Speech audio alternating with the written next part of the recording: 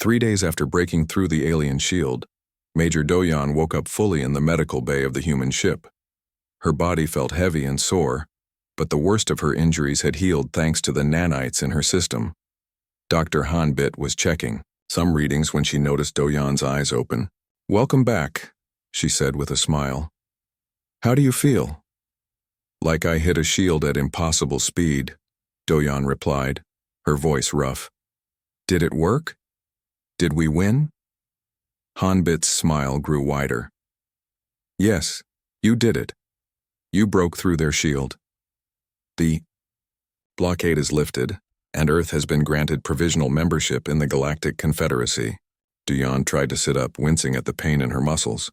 Hanbit helped her, adjusting the bed to a sitting position. "The Council wants to meet you," Hanbit continued. "They've never seen anything like what you did. Some of them are afraid. Others are curious. When do we meet them?" Doyon asked. "Today, if you're up to it," came a voice from the doorway. Captain Tejo walked in, looking more relaxed than Doyon had ever seen him. "How's our hero?" Doyon made a face. "Not a hero, just a soldier doing her job. A job that changed the fate of humanity," Tejo said. "The Council has called an emergency meeting on Admiral Krell's flagship. They want explanations." "So do I," came another voice. Lieutenant Jiwoo entered with Engineer Sungmin. "How did it feel to go through the shield?" Doyon was quiet for a moment, thinking back to that strange experience. It was like seeing all possible paths at once and choosing the one that shouldn't exist. I could feel the quantum structure of the shield, and I could feel my mind changing my body's path faster than their computers could adjust. Sungmin shook his head in wonder. "You interface directly with the shield's quantum structure. No one has ever done that before." General Daejong entered the room, his uniform crisp as always. "Major Doyon, it's good to see you awake. Are you ready to face the Council? They have many questions." Doyon nodded. "Yes, sir. Help me stand. I'm not meeting the Galactic Council." From a hospital bed, with Hanbit's help, Doyon got to her feet. She was still wearing a simple version of the black suit, though most of its advanced features were turned off to let her body recover. "The suit protected you remarkably well," Hanbit said, as they walked slowly out of the medical bay. "But I wouldn't recommend hitting any more shield generators anytime soon. I'll try to avoid it," Doyon said with a small smile. They made their way to the shuttle bay where a small craft was waiting to take them to the alien flagship. As they approached, Doyon could see through the windows that space looked different. Now, there were fewer alien ships and they kept their distance from the human vessel. Not threatening, but cautious. "They're treating us differently," she observed. "Yes," Tejo said. "Breaking their best shield has made them reconsider their opinion of humans." The shuttle ride was short. Soon they docked with the massive alien flagship. Its corridors were wide and tall, designed for beings of many different shapes and sizes. The walls glowed with a soft light that seemed to come from nowhere. They were led to a large circular room. In the center was a round table with 12 seats. 10 were filled with aliens of different species. Some looked almost human, with 2 arms and 2 legs. Others were completely different. One looked like a cloud of purple gas contained in a clear suit. Another had 6 limbs and eyes that moved independently of each other. Admiral Krell was there, his green face still showing signs of shock and anger. Beside him sat Elder Mira, her gray skin wrinkled with age, her 4 eyes watching the humans with interest. "Welcome, humans," Elder Mira said as they entered. "Please be seated." They took the 2 empty seats at the table. Doyon found herself directly across from Admiral Krell, who refused to meet her eyes. "Major Jin Doyon," Elder Mira continued, "the Council has called this meeting to understand what happened during the shield test. No one has ever penetrated a quantum nexus shield before. Many believe it should have been impossible." Doyon looked around at the alien faces. Some showed fear, others curiosity. "With respect, Elder, nothing is impossible. Your shields were designed to stop predictable threats. Humanity is not predictable." A tall blue alien leaned forward. "Explain how you passed through the shield." Our sensors showed your body actually changing its quantum state as you moved. Duyan looked at Hanbit, who nodded encouragingly. The shield works by predicting where an object will be, how fast it's moving, and how much force it has, Doyan explained. It then creates a stronger barrier at exactly that point. But the human mind can change its intentions instantly. My enhanced consciousness could see the quantum structure of the shield and adjust my path faster than your computers could respond. Impossible, Krell muttered. No organic being could process information that quickly. That's where you're wrong. Admiral, Hanbit said calmly. The human brain, when properly enhanced, can process information in ways your computers cannot match. Not because it's faster, but because it's fundamentally different. Elder Mira nodded slowly. We have always known that human brains work differently from other species. That is partly why we kept Earth isolated. Your unpredictability seemed dangerous. It can be, General Daejung admitted. But it's also our greatest strength. Humans solve problems in ways other species don't think of. We adapt quickly to new situations. We see possibilities where others see only rules. Taeho leaned forward. You feared us because we're different. But different doesn't mean dangerous. It can also mean valuable. The council members looked at each other, communicating in ways the humans couldn't understand. Finally, Elder Mira spoke again. For 1,000 years, the Confederacy has believed that technological advancement was the only path to greatness. Today, one human has shown us that there are other paths. She turned to Doyon. Your species has earned its place among the stars. Admiral Krell finally looked up. But they have also shown that our greatest defense is vulnerable. If humans can break our shields, what else might they do? Learn from us as we will learn from you, Doyon suggested. The shield failed because it couldn't handle unpredictability. Perhaps together we can build something better. Elder Mira smiled, an expression that looked strange on her alien face. A wise answer. The Council has decided to grant Earth provisional membership in the Galactic Confederacy. Within 1 year you will have full rights and privileges among the stars. She stood, and the other council members followed suit. This meeting is adjourned.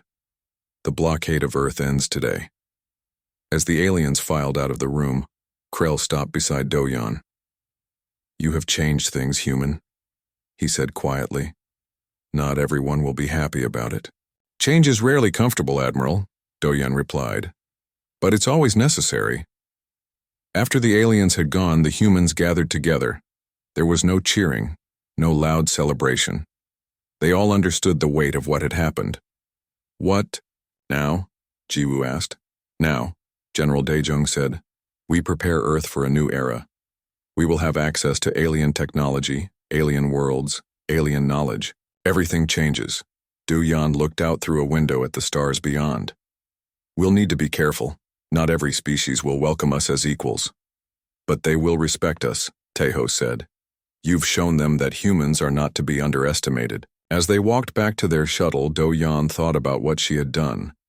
One human had changed humanity's future with a single, impossible action. One primitive projectile had broken the galaxy's strongest shield, and now the stars were open to humanity at last. I was just the projectile, she said to her friends. Earth was the one who fired the shot. A perfect shot, Hanbit said with a smile. Together they returned to their ship, ready to bring the news to Earth. The planet's long isolation was over. The age of the stars had begun, and it had started with one human who refused to accept the impossible. The end. Captain Taeho Kim stood at the window of his small scout ship. His dark eyes were fixed on the massive alien warship that hung in space before him. The alien ship was huge, at least 20 times bigger than his own. Its metal skin shone with a blue light that seemed to pulse like a heartbeat. They are hailing us again, Captain, said Lieutenant Jiwoo. Her fingers hovered over the glowing control panel. Taeho nodded. Put them on screen. The main screen flickered to life. The face that appeared was not human. Admiral Krell had 6 eyes set in a wide face. His skin was pale green and looked slick, like wet stone. When he spoke, His mouth moved in a strange way that never quite matched his words. "Human vessel," Admiral Krell said. "You are ordered to return to your planet at once." Tejo did not move. This was the third time this week that the alien ships had pushed back Earth's scout vessels. The Galactic Confederacy had kept Earth cut off from the rest of space for 3 years now. They said humans were too wild, too dangerous to join the other species among the stars. "Your weapons cannot hurt us," Admiral Krell continued. "Your technology is too simple. The Council has decided that humans must stay on Earth until you learn to be less violent." Behind Tejo, the bridge crew worked quietly. Their faces were tense. Everyone on Earth was tired of being trapped, of being told they were not good enough to join the other beings who lived among the stars. Tejo smiled, slightly. "Admiral Krell, we have no weapons on this ship." The alien's top set of eyes narrowed. "Then why are you here?" "I have a suggestion," Tejo said. "A simple test." Jiwoo looked up, surprised. This was not part of their mission plan. A test? Admiral Krell made a sound like stones rolling in water. It might have been a laugh. "Yes," Tejo said. "You say, our weapons are useless against your shields, so let us try one last time. One projectile against one shield. If we can break through, you lift the blockade and let Earth join the Confederacy." Admiral Krell's middle eyes blinked slowly. "And when you fail?" "If we fail," Tejo said, "we will accept another 10 years of quarantine." The bridge went silent. 10 more years cut off from space travel would be a hard blow to Earth. Their small colony on Mars was already struggling without support from the Confederacy.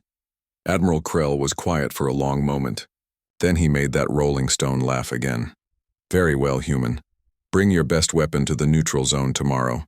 It will be fun to watch you fail before we lock your species away for another decade." The screen went dark. Jiwoo turned to face her captain. "Sir, what are you doing? We don't have any weapon that can break their shields. They've stopped nuclear missiles without even slowing down." Tejo turned from the window. His face was calm, but his eyes were bright with an idea. "Get me a direct line to Earth Command, and find Engineer Sung-min. I need to speak with him right away." Jiwoo nodded and turned back to her controls. As she worked, Engineer Sung-min came onto the bridge from the back of the ship. He was a short man with quick eyes and hands that never seemed to stop moving. "Captain, I heard the exchange," Sung-min said. "This is a big risk. Their shields have turned back everything we've ever sent at them." Tejo looked at his engineer. "Sung-min, what is the one thing the Confederacy keeps saying about humans? The reason they give for keeping us isolated?" Sung-min thought for a moment. "That we're unpredictable, that we don't follow logical patterns like other species." "Exactly," Tejo said. "And what if that's not our weakness? What if that's our strength?" Jiwoo looked up from her station. "Earth Command is responding, Captain. General Dae-jung is on the line." The main screen lit up again. General Dae-jung's weathered face appeared. His gray hair was cut short, and his uniform was perfectly neat despite the late hour on Earth. "Captain Kim," the general said, "what's this about a challenge to the Confederacy?" Tejo stood straight. "Sir, I've committed us to a test. One projectile against their best shield.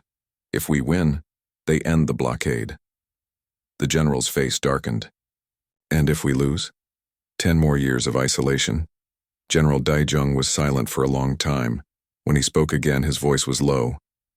"What kind of weapon are you planning to use, Captain? We've tried everything in our arsenal."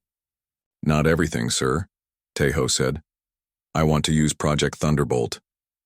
The bridge crew looked at each other in confusion.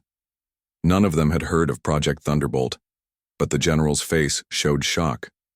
"That's not a weapon, Captain. It's a person." Sung-min's eyes widened. "A person? You want to shoot a person at their shield?" Tejo nodded. "Not just any person. I want Major Jin Do-yeon." General Dae-jung shook his head. "That project is still experimental. Dr. Han-bit hasn't completed the final tests. And even if it worked perfectly, you'd be asking Major Do-yeon to risk her life on a theory." "Ask her," Tejo said. Let her decide. The general looked off screen and spoke to someone they couldn't see. After a moment, he nodded. Very well. Return to Earth immediately. If, and only if, Major Doyon agrees and Dr. Hanbit thinks it's possible, we'll proceed with your plan. As the screen went dark again, the bridge erupted with questions. Captain, what is Project Thunderbolt? Who is Major Doyon? How can a person break through a shield that stops nuclear weapons? Tejo held up a hand for quiet. Project Thunderbolt is a new kind of enhancement program. It doesn't just make a soldier stronger or faster. It changes how their mind works. Sungmin looked doubtful. But the Confederacy shields work on quantum principles. They can stop anything with mass or energy. Anything. Predictable, Tejo corrected. Their shields work by calculating the path and force of whatever hits them. But what if what hits them can change in ways a computer can't predict? Jiwoo's eyes lit with understanding. A human mind. They always say we're too unpredictable. Exactly, Tejo said. Major Doyon has been working with Dr. Hanbit on a program that connects human consciousness directly to an enhanced body, something that can move and change faster than any computer can calculate. He turned back to the window. The alien warship still hung in space, its blue shields glimmering. The Confederacy thinks we're primitive because we still rely on human pilots and soldiers instead of AI systems, Tejo said quietly. They don't understand that's our greatest strength, he smiled. Let's go home and show them what one primitive human can do against the galaxy's strongest shield. As the ship turned toward Earth, Admiral Krell watched from his command center. To him, the humans were just another young species too violent to join galactic society. Their challenge was amusing, nothing more. He had no idea what was coming. Deep under the ground in Korea, a secret base hummed with activity. The walls were thick concrete and no signal could get in or out without permission. Dr. Hanbit paced back and forth in front of a large glass chamber filled with clear gel. Her white coat was wrinkled from a long night of work, and her dark hair was tied back in a simple knot. Run the numbers again, she said to her team. We need to be sure. The room was filled with screens showing math problems, pictures of the human body and views of space. But the most important thing in the room was not on a screen. It was the woman floating in the gel-filled chamber. Major Jin Do-yan opened her eyes slowly. She was 28 years old with short black hair and a strong, lean body. Even floating in the thick gel, she looked ready to fight. Dr. Hanbit, she said, her voice coming through speakers in the room. I can hear you worrying from in here. Hanbit stopped pacing and walked to the glass. We just got word from Captain Kim. He has made a deal with the aliens. If we can break their shield with one shot, they will let Earth join the Confederacy. Doyon's eyes widened. And if we fail? 10 more years of being cut off from space. Doyon was quiet for a moment. Then she nodded. So I'm the shot? Yes, Hanbit said. But the changes to your body and mind are not fully tested. We don't know if... I'll do it, Doyon cut in. I volunteered for this project because I want to help Earth. This is my chance. Hanbit touched the glass lightly. The risks are very high.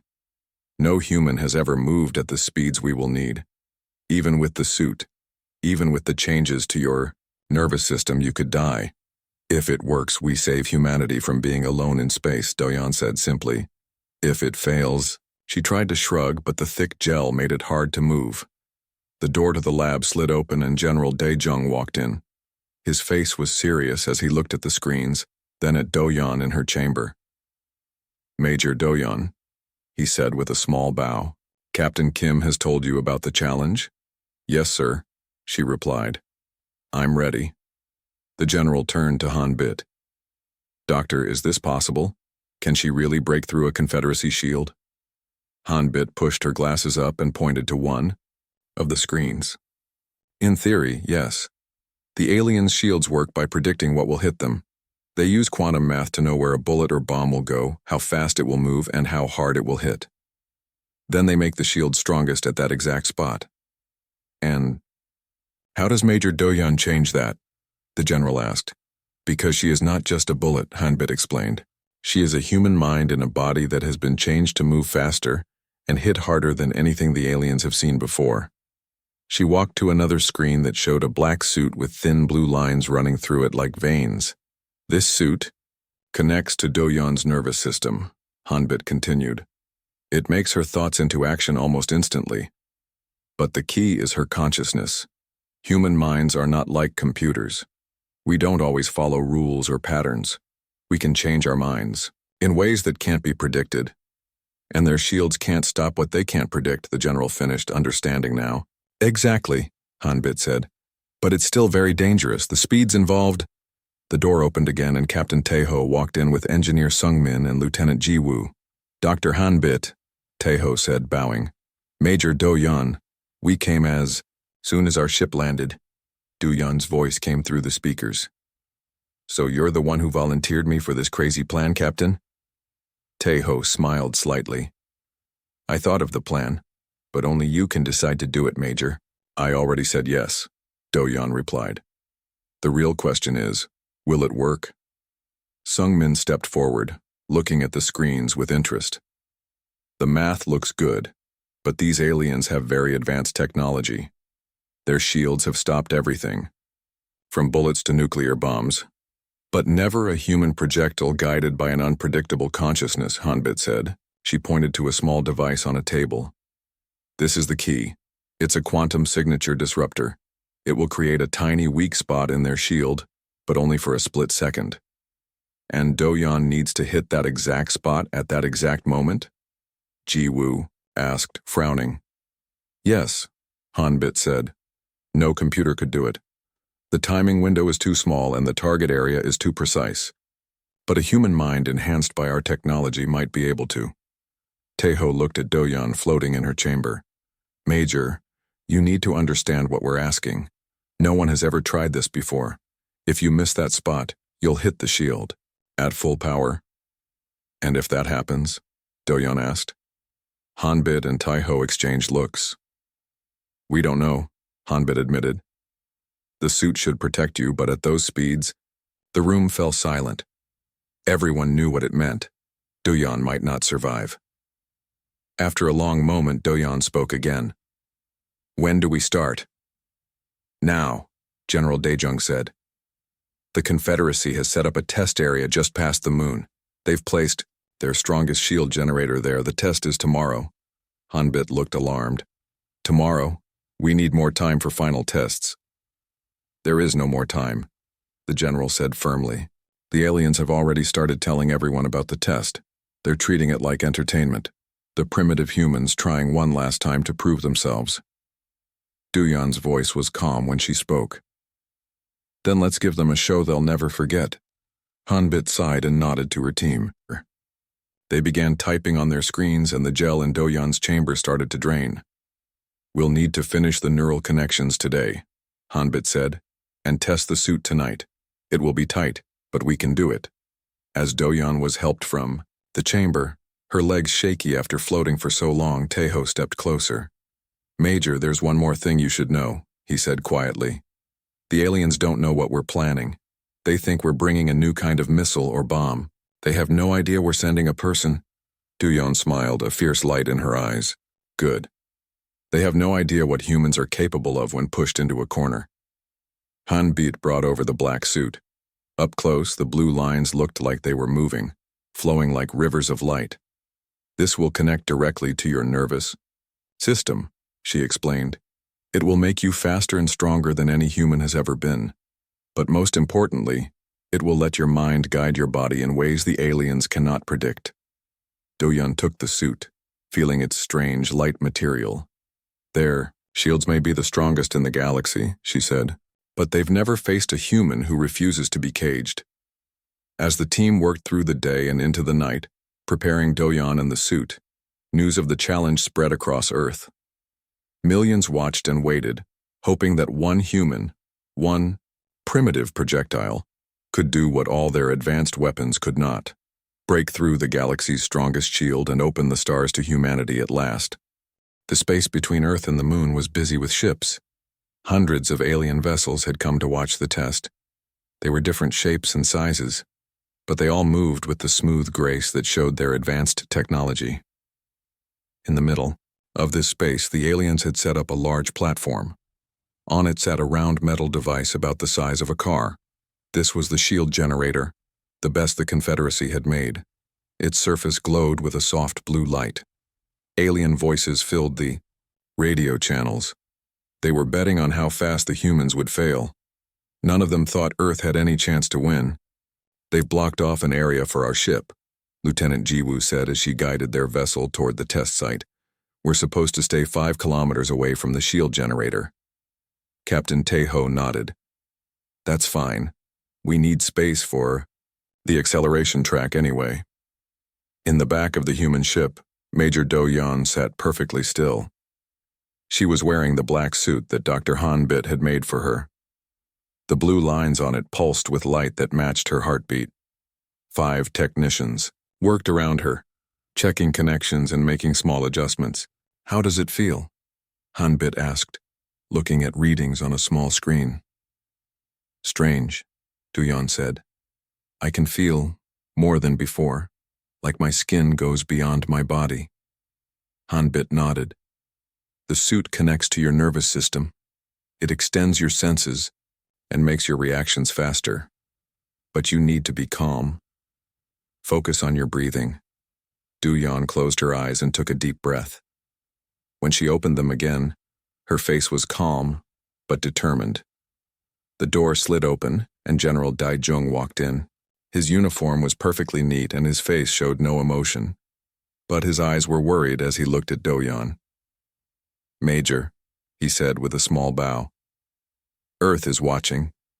You carry all our hopes with you today." Do-yeon straightened her back. "I won't let you down, sir." Engineer Sungmin came in after the general. He was carrying a small silver device shaped like a disc. "This is the quantum signature disruptor," he explained, showing it to Do-yeon. "It will create a tiny weakness in their shield, but only for a fraction of a second." "And how will I know where and when?" Do-yeon asked. Hanbit stepped forward with a small metal piece in her hand. "This connects behind your ear. It links to your visual cortex, the part of your brain that processes what you see." She placed the small device behind Do-yeon's right ear. It made a soft click as it attached to her skin. "You'll see what no one else can," Hanbit continued. "The quantum fluctuations in the shield. Your enhanced brain will calculate the path automatically." "Will it hurt?" Jiwoo asked from the doorway. She had come back from the bridge to check on them. "No," Hanbit said. Then she paused. "Well, the connection won't hurt. But the acceleration, we've never pushed a human body to these speeds before." Taeho joined them, his face serious. "The aliens are hailing us. Admiral Krell wants to speak before the test begins." He looked at Do-yeon. "Are you ready to face him?" Do-yeon stood up. The suit moved with her perfectly, like a second skin. "Yes. Let him see who he's dealing with." They walked to the bridge together. The main screen flickered on, showing Admiral Krell's 6-eyed face. He looked smug. "Human vessel," he said. "We have prepared the test area as agreed. Our shield generator is at full power. It has never been breached in 1,000 years of service." His top eyes narrowed as he looked at Do-yeon, in her strange suit. "What is this? Where is your weapon?" Taeho smiled slightly. "This is Major Jin Do-yeon. She is our projectile." All 6 of Krell's eyes blinked at once. Then he made that Rolling Stone laugh. "You're sending a single organic being against our shield? This is even more pathetic than I expected." Do-yeon stepped forward. Her voice was calm and clear. "Don't worry, Admiral. I'm sure it will be entertaining for your audience." Krell's laugh stopped. "Millions of beings across the galaxy are watching this test, human. Your failure will be very public. So will your surprise." "Do-yeon," replied. Krell's face darkened, but before he could respond, Taeho cut the connection. "Good," he said to Do-yeon. "Let him think about that." The bridge crew worked quickly, preparing for the test. Outside the ship, a long metal track extended toward the shield generator in the distance. This was the acceleration path that would Launch Do-Yan. The quantum disruptor is active, Sung-min reported from his station. It's sending pulses now, looking for weak points in the shield structure. Hanbit guided Do-Yan to a small chamber at the start of the acceleration track. It was just big enough for one person to stand in. Remember your training, Hanbit said. When the acceleration starts, don't fight it. Let the suit guide your body. Trust your enhanced perception to find the right path. Do-Yan nodded. She felt strangely calm now that the moment had come. Doctor, she said quietly. If this works, what happens next? Hanbit smiled. If this works, Earth joins the Galactic Confederacy. We get access to their technology, their knowledge, their worlds. We take our place among the stars. And if it doesn't work? Hanbit's smile faded. Then at least we showed them we weren't afraid to try. General Dae-jung approached. Major Do-Yan, before you go, there's something you should know. Do-Yan turned to him, waiting. The Confederacy doesn't just think we're primitive, he said. They're afraid of us. Humans adapt faster than any species they've encountered. We solve problems in ways they don't expect. That's why they've kept us isolated. He placed a hand on her shoulder. Today, you're going to show them why they were right to be afraid. Do-Yan smiled. Yes, sir. Taeho's voice came over the speakers. 2 minutes until launch. All personnel clear the acceleration chamber. Hanbit gave Do-Yan's arm a quick squeeze, then left with the others. The chamber door sealed shut with a soft hiss. Do-Yan was alone now. She could feel the nanites in her blood aligning with her nervous system. The suit hummed against her skin, ready to channel her body's electrical energy into movement. 1 minute, Taeho's voice said. Do-Yan closed her eyes. She thought of Earth, of all the people watching and hoping. She thought of the stars, still close to humanity because the aliens thought they were better than humans. 30 seconds. The device behind her ear activated. Suddenly, Do-Yan could see more than just the metal walls around her. She could see energy flows, quantum patterns, possibilities spreading out before her like paths in a forest. 10 seconds. 9. 8. Do-Yan opened her eyes. Through the small window in front of her, she could see the shield generator in the distance, surrounded by its blue energy field. With her enhanced vision, she could see tiny flickers in the shield, places where the quantum disruptor was testing for weaknesses. 3. 2. 1. Do-Yan took a final breath. I am not just a projectile, she whispered to herself. I am humanity's message to the stars. The chamber filled with energy. The acceleration began, and Major Jin Do-Yan was launched toward the galaxy's strongest shield. Admiral Krell watched from his command ship as the human vessel prepared for their test. His crew of 10 aliens worked at their stations, monitoring the shield generator and the space around it. What weapon have they brought? Krell asked his science officer, a thin alien with 4 arms.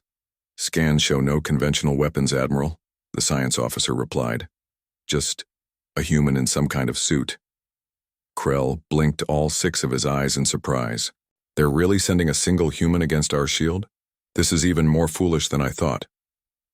Across the galaxy, billions of alien species watched the transmission. Most were laughing at humanity's apparent desperation. Some felt pity for the primitive species that would soon be locked away on their planet for another 10 years. On the human ship, Captain Taeho, Dr. Hanbit, and the others crowded around the screens. They watched as the acceleration chamber powered up. Its energy readings were climbing higher than they had ever tested before. Heart rate stable, Hanbit reported, watching Do-Yan's vital signs. Nanite integration at 100%.